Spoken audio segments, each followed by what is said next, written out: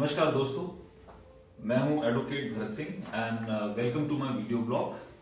This particular video blog is on how to reduce your litigation cost and obtain free legal add.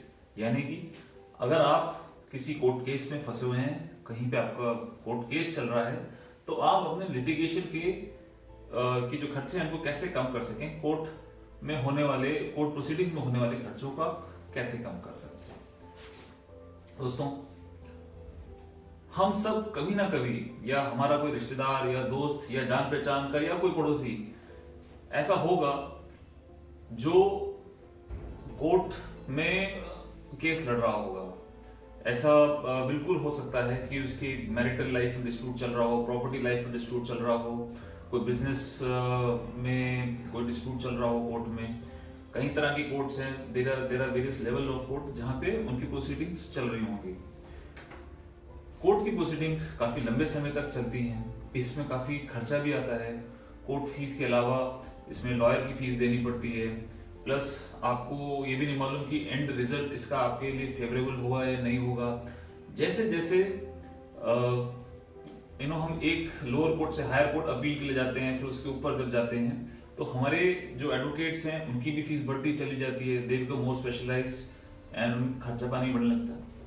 इसका हमारे financial स्थिति में, हमारे घर की फाइनेंशियल स्थिति में काफी फर्क पड़ता है। अब इस वीडियो ब्लॉग में हम जो भी कवर करेंगे वो प्राइमरीली मैंने उन लोगों के लिए रखा हुआ है जो मिडिल इनकम ग्रुप या लोअर इनकम ग्रुप में अपने पर्सनल केसेस लड़ रहे हैं। ये डेफिनेटली जो मैं आगे जो अपने ओपिनियन बताऊंगा, जो टिप्स बताऊंगा, it is not meant for people जो बहुत एफ्लुएंट फैमिली से हैं, जो बहुत वेल ऑफ हैं, या जो अपने कमर्शियल मैटर्स के लिए, उनके लिए नहीं है ये। तो इसमें हम ऐसे कुछ पॉइंट्स आज कवर करेंगे जिससे हम अपनी ये जो कोर्ट में होने वाले जो खर्चे हैं, लिटिगेशन में जो एक्सपेंसेस हैं, लॉयर की फीस वगैरह है, ये हम कैसे कम कर सकते हैं उसको। उन ऐसे कुछ टॉपिक्स को, पॉइंट्स को हम कवर करेंगे। सबसे पहला जो स्टेप है वो हम ये ले सकते हैं कि हम जिस भी डिस्ट्रिक्ट कोर्ट के पास, या जिस कोर्ट में भी हमारी जो प्रोसीडिंग चल रही है, लीगल प्रोसीडिंग चल रही है, वहां के हम फ्री लीगल एड सेल को अप्रोच कर सकते हैं। हाँ दोस्तों, most of the courts have a free legal aid cell and this is established under legal services authorities act. Section 12 of legal services authority act ये कहता है, criteria of categories lay down करता है जिसके लिए स्टेट यानी कि सरकार आपको, अगर आप उस कैटेगरी में आते हैं तो आपको सरकार की तरफ से फ्री लीगल एड प्रोवाइड करी जाएगी। जैसे कि आप एक ऐसे इंसान हैं जिसकी एनुअल इनकम 9,000 रुपए से कम है, वुमेन एंड चाइल्ड को फ्री लीगल एड एंटाइटल्ड है। If you belonging to schedule caste, schedule tribe category, तो आपको फ्री लीगल एड एंटाइटल्ड है। अगर आप किसी विक्टिम हैं एथनिक वायलेंस के, किसी नेचुरल डिजास्टर के, तो आपको फ्री लीगल एड एंटाइटल्ड है। अगर आप human trafficking, you are a child और यू आर अ बेगर, इस केस में भी आपको फ्री लीगल एड एंटाइटल्ड है। एंड मेरे ख्याल से मैंने कवर कर लिया कि अगर आप कस्टडी में हो तो भी आप फ्री लीगल एड के एंटाइटल्ड हैं। एंड फ्री लीगल एड किसी भी प्रोसीडिंग्स, कोई भी गवर्नमेंट बॉडी के सामने हो रही हो, चाहे वो जुडिशियल हो या काजी जुडिशियल हो, ट्रिब्यूनल हो, उसके लिए आपको एंटाइटल्ड है in all civil matters. Most of the matters are civil matters. And yes, sorry, my correction, it is not always civil matters, criminal matters में भी आपको ये entitled है। Another way that you can reduce your litigation fees is through alternate dispute resolution mechanism। यानी कि ये वो तरीके हैं जिनमें आप कोर्ट के बाहर या कोर्ट के अलावा दूसरे तरीकों से अपने लिटिगेशन के, अपने कोर्ट प्रोसीजर्स के खर्चे आप कम कर सकते हैं। इसमें कौन कौन से प्रोसेस आते हैं? पहला है लोक अदालत। लीगल सर्विसेज अथॉरिटी एक्ट में लोक अदालत का मेंशन किया गया है। अगर दो डिस्प्यूटिंग पार्टीज हैं, वो अपने पचड़ों को खत्म करना चाहती है, अपने बीच के डिस्प्यूट्स को, कोर्ट डिस्प्यूट्स को खत्म करना चाहती हैं, उनके उस कोर्ट में जब भी लोक अदालत बैठती है या वहां पे जब भी लोक अदालत बैठती है, दोनों पार्टी अगर एक कॉमन एग्रीमेंट में आ जाते हैं, वो अपने इस कॉमन एग्रीमेंट को, डिस्प्यूटिंग पार्टीज अपने कॉमन एग्रीमेंट को लेकर लोक अदालत जा सकती हैं एंड उनका जो कॉमन एग्रीमेंट है उसको एक कोर्ट ऑर्डर की तरह उस पे कोर्ट लोक अदालत अपना स्टैंप मार देती है एंड वो एक जुडिशियल ऑर्डर का स्टेटस उनका जो एग्रीमेंट है एक्वायर कर लेता है। तो आप जब सालों से लड़ रहे हैं और लड़ना बंद करना चाहते हैं और आप एक कॉमन एग्रीमेंट में भी आ रहे हैं, दोनों पार्टी सेटलमेंट के मूड में हैं, तब ये बहुत अच्छा तरीका है। दूसरा तरीका एक कंसिलिएशन का है। कंसिलिएशन में दोनों पार्टी कंसिलिएटर चूज करते हैं एंड ये एक न्यूट्रल बंदा होता है जिसके ऊपर दोनों ट्रस्ट करते हैं एंड ये दोनों पार्टीज को बैठा के उनके बीच में मध्यस्थता करता है और सॉल्यूशंस सजेस्ट करता है, इनिशिएट करता है एंड अगर दोनों पार्टीज को सुनने के बाद जो उसने सजेशन दिए हैं अगर वो दोनों पार्टी को सूट करते हैं तो उस सॉल्यूशन को एक ऑर्डर की तरह वो प्रोनाउंस करता है and it is straight away executable. Whereas there is another way, mediation, section 89 of civil procedure code ये रिकमेंड करता है कि कोर्ट में अगर कोई प्रोसीडिंग्स चल रही हैं, सिविल प्रोसीडिंग्स प्राइमरीली, तो उसमें सबसे पहले ऑल्टरनेट डिस्प्यूट रेजोल्यूशन का मैकेनिज्म अडॉप्ट करना चाहिए। मीडिएटर्स के पास भेजा जाता है जहां पे दोनों पार्टीज अपने अपने पॉइंट्स रखते हैं, आपस में मध्यस्थता करने की कोशिश करते हैं एंड उनके बीच में कॉमन एग्रीमेंट हो जाता है। तो उस कॉमन एग्रीमेंट के साथ वापस कोर्ट में आता है वो कि भाई दोनों पार्टियों ने ये चीज एग्री करी है एंड कोर्ट उस पर उसी एग्रीमेंट के अनुसार अपना ऑर्डर पास कर देता है। चौथा तरीका है जो बहुत अच्छा तरीका है, that is an arbitration. Arbitration एक तरह से कह लीजिए पूरे कोर्ट की प्रोसीडिंग्स कोर्ट में ना होके बाहर एक ऐसा बंदा ऐसा एक्सपर्ट करता है जो सब्जेक्ट मैटर में एक तो एक्सपर्ट है, दूसरा दोनों पार्टियों की मर्जी से डिसाइड हुआ है। जनरली आर्बिट्रेटर एक बंदा हो सकता है, ये 3 हो सकते हैं, ये 5 हो सकते हैं। बेसिकली ऑड नंबर में ये लोग सेलेक्ट होते हैं, दोनों पार्टियों की मर्जी से सिलेक्ट होते हैं, न्यूट्रल लोग होते हैं, जिस सब्जेक्ट पे डिस्प्यूट चल रहा होता है उसमें एक्सपर्ट होते हैं। आर्बिट्रेटर जो होता है वो नॉर्मल कोर्ट प्रोसीडिंग्स की तरह प्रोसीडिंग्स करता है एक तरीके से, in a very abridged and in a summary way. Evidence लेता है, पूरी सिचुएशन को समझता है एंड अपना जजमेंट पास करता है बेस्ड ऑन मेरिट।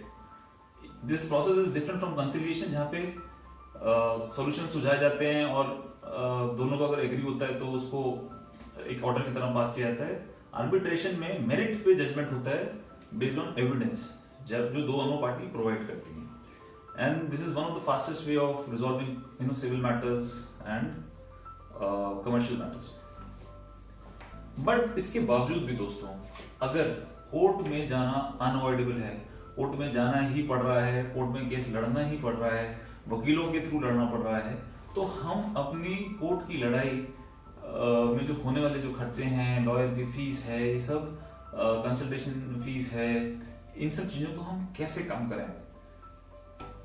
सबसे इम्पोर्टेंट पॉइंट और सबसे पहले इम्पोर्टेंट है बात यह है कि you must be aware of your rights and laws. दोस्तों, ignorance always cost you have to be aware of your rights. अगर आपको अपने हक के बारे में नहीं मालूम है, it will cost you in long run. Please read up, आप पढ़ा करें अखबार, लोगों से 10 लोगों से बात तय करें, जिस मुद्दे पे आपका डिस्प्यूट चल रहा है उसके बारे में ज्यादा से ज्यादा जानकारी प्राप्त करें। ऐसी कोई इशू है जो आपको लगता है कि आपका जो राइट है वो वायलेट हो रहा है, आपका कोई हक है वो वायलेट हो रहा है, उसके बारे में जानकारी प्राप्त करें। अगर आप सही समय पे अपने मुद्दों को वॉइस नहीं करते हैं, रेज नहीं करते हैं, सही फोरम पे अप्रोच नहीं करते हैं, it will cost you in terms of limitation cost का मतलब कि एक पर्टिकुलर समय होता है जिसके अंदर आप कोर्ट को अप्रोच कर सकते हो for a particular nature of dispute और कॉज ऑफ एक्शन। अगर आप नहीं करते हो तो हो सकता है कोर्ट आपको रेमेडी भी ना दे पाए, तो जो रेमेडी आपको नहीं मिल पाएगी वो आपको परमानेंट लॉस होगा। अपार्ट फ्रॉम दैट, अगर आप लेट अप्रोच करते हो तो कोर्ट आपको पेनल्टी भी या फाइन भी कॉस्ट इंपोज कर सकती है। अपार्ट फ्रॉम दैट आप अगर उसके लिए लेट पहुंचेंगे, अपने एडवोकेट को हायर करेंगे, वो पूरा केस लड़ेगा, तो जो इसमें जो खर्चा होगा आपका अपने सूट को डिफेंड करने में हो सकता है ज्यादा हो पहले, क्योंकि आप लिमिटेशन को आप काउंटर करेंगे, फिर अपने मुद्दे पे आएंगे, कॉज ऑफ एक्शन को डिफेंड करेंगे।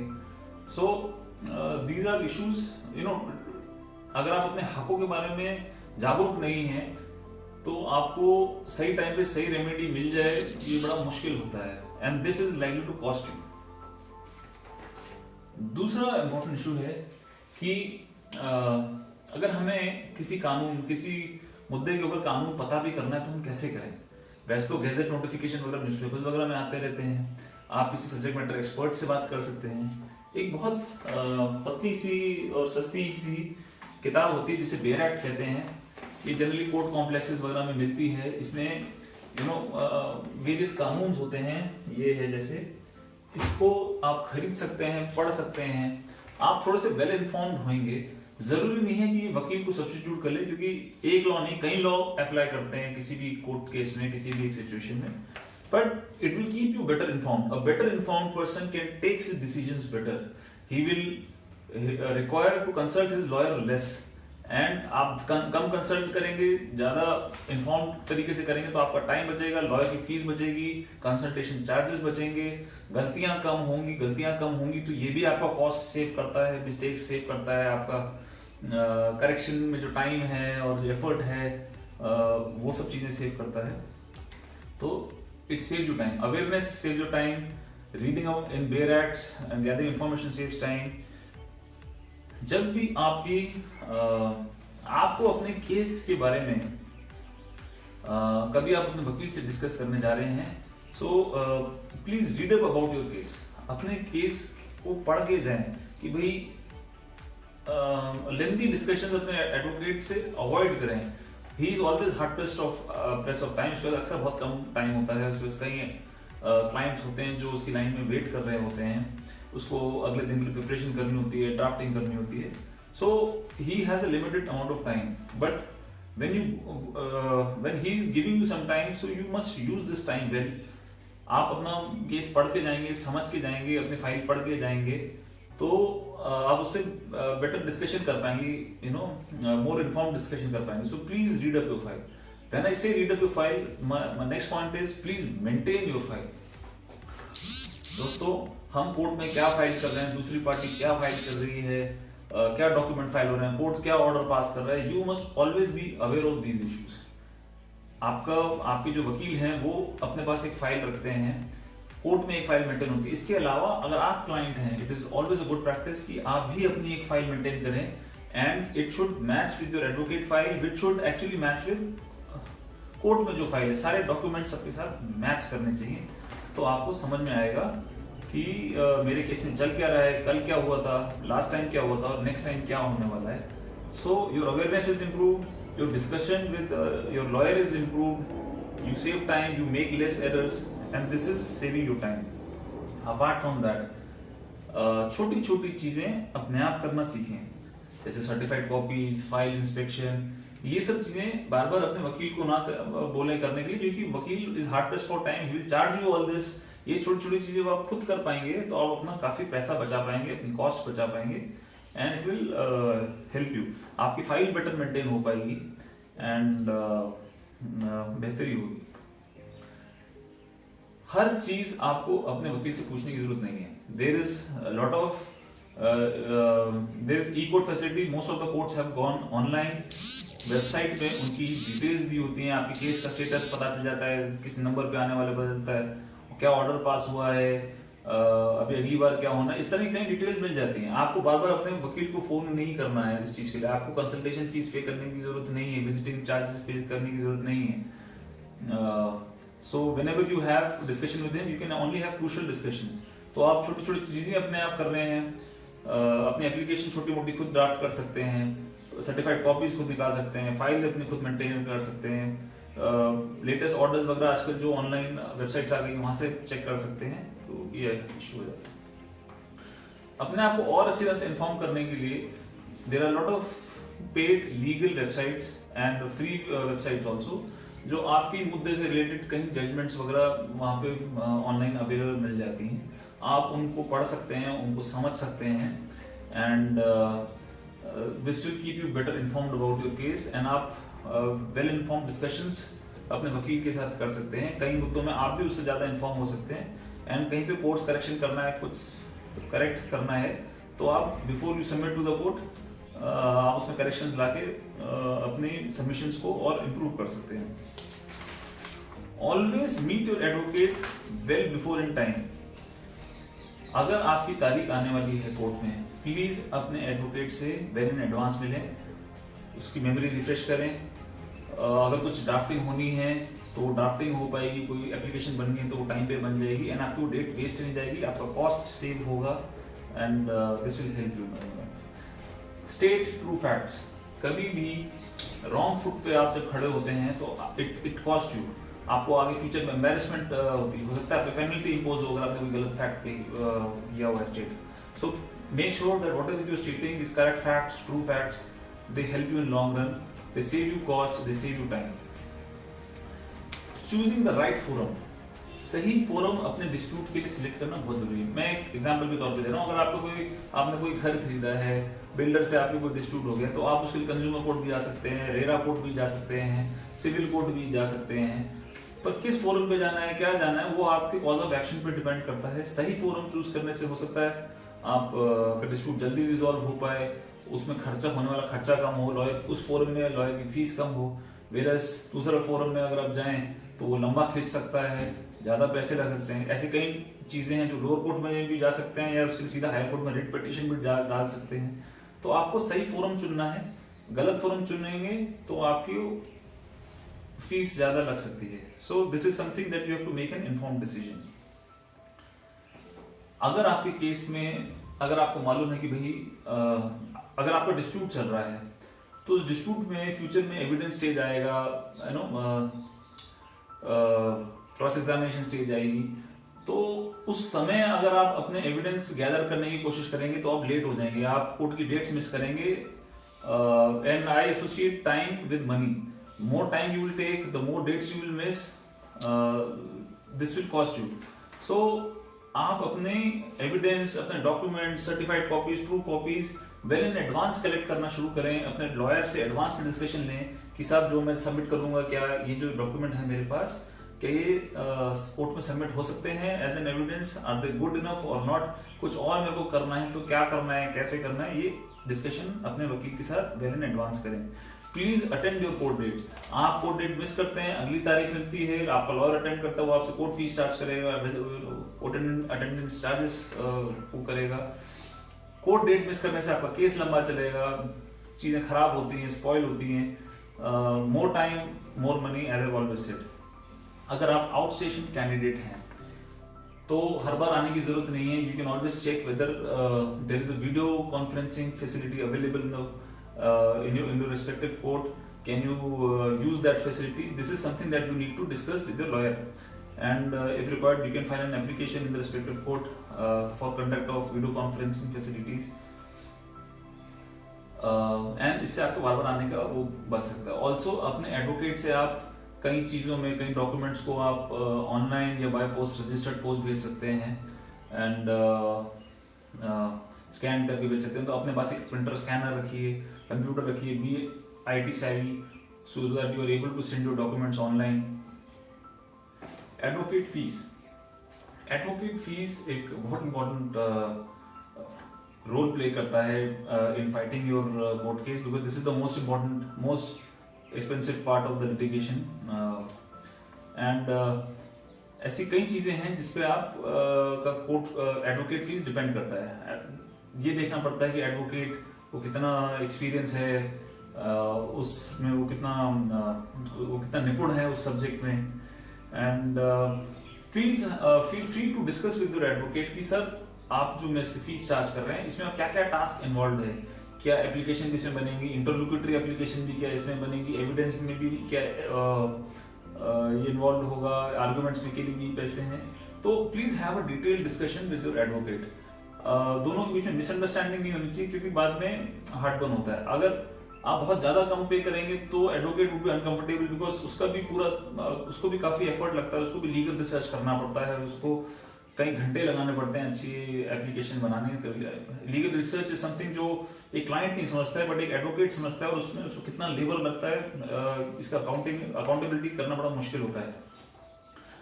एंड ही हैज टू, अगर कोर्ट उस कॉम्प्लेक्स उसके ऑफिस से दूर है तो he has to go to his office and then to the court complex, उसका टू एंड फ्रो कितनी बार उसे जाना होगा, सर्टिफाइड कॉपीज निकालवाने जाना होगा। इस सब में उसका एडवोकेट का time is his money. So if lot of time is going to be involved in your case, he will charge you also accordingly. तो अक्सर ऐसा अच्छा होता है कि आप उससे टास्क बेस्ड चार्जेस डिस्कस कर सकते हैं कि सर एप्लीकेशन बनाने के लिए कितना लेंगे, या कोर्ट विजिट करने के लिए कितना लेंगे, सर्टिफाइड कॉपी निकालने के लिए कितना लेंगे।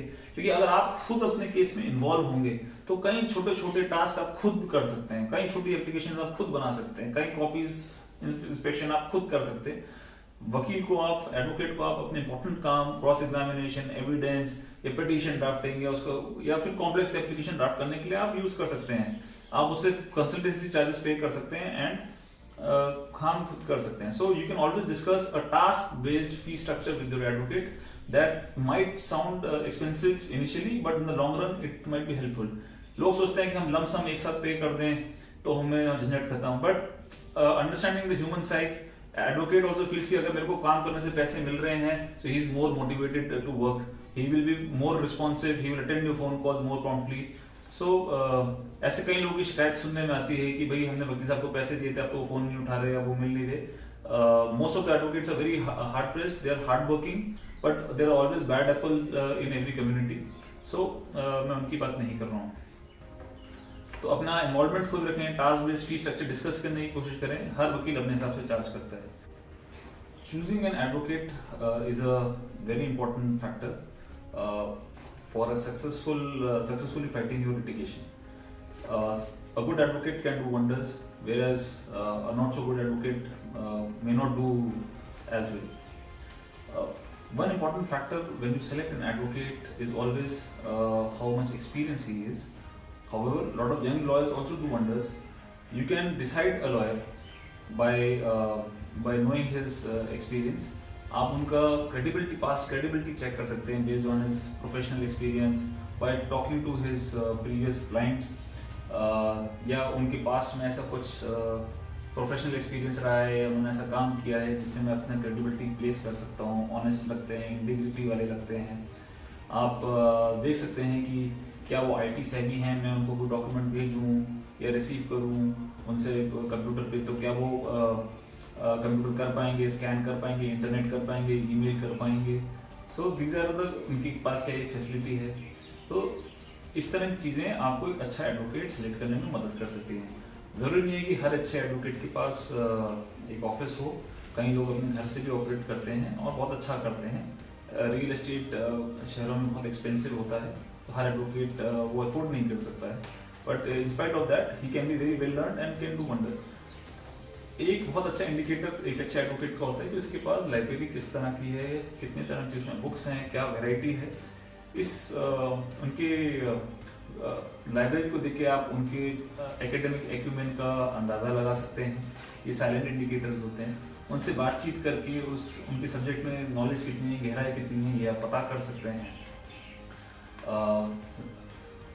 आपको ये डिसीजन लेना होगा कि डिपेंडिंग ऑन आपकी पॉकेट कितनी है, कि ये आपको एक मिडिल पाथ लेना पड़ेगा कि आप अंडररेट एंड अंडरपेड एडवोकेट लें या very expensive and well read advocate, या फिर मिडिल पाथ आपको लेना है। तो मिडिल पाथ जनरली अच्छा रहता है। एंड एडवोकेट की पर्सनैलिटी, उनके बोलचाल का ढंग, उनका कोर्ट में रिप्रेजेंटेशन किस तरीके का है, ये ऐसे कई इंडिकेटर्स होते हैं जिसके बेसिस पे आप अपने एडवोकेट को चुन सकते हैं। दोस्तों, I hope in this small video blog I have covered various ways and factors by which आप अपने लिटिगेशन कॉस्ट को रिड्यूस कर सकते हैं, कोर्ट में बेटर परफॉर्म कर सकते हैं। ऑब्वियसली ये वीडियो, जैसे मैंने शुरुआत में बताया था, is meant for middle income and lower income group जो अपने पर्सनल केसेस लड़ रहे हैं, higher income group fighting commercial cases, ये उनके लिए बिल्कुल नहीं है। ये मेरी ओपिनियन है पूरे वीडियो में।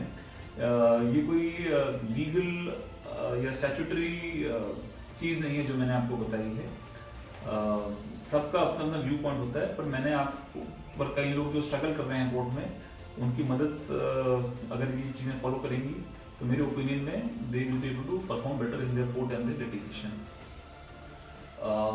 Thank you friends, thank you for watching this video. I hope इस वीडियो से आपकी मदद होगी। सत्यमेव जयते, मे ट्रुथ प्रिवेल।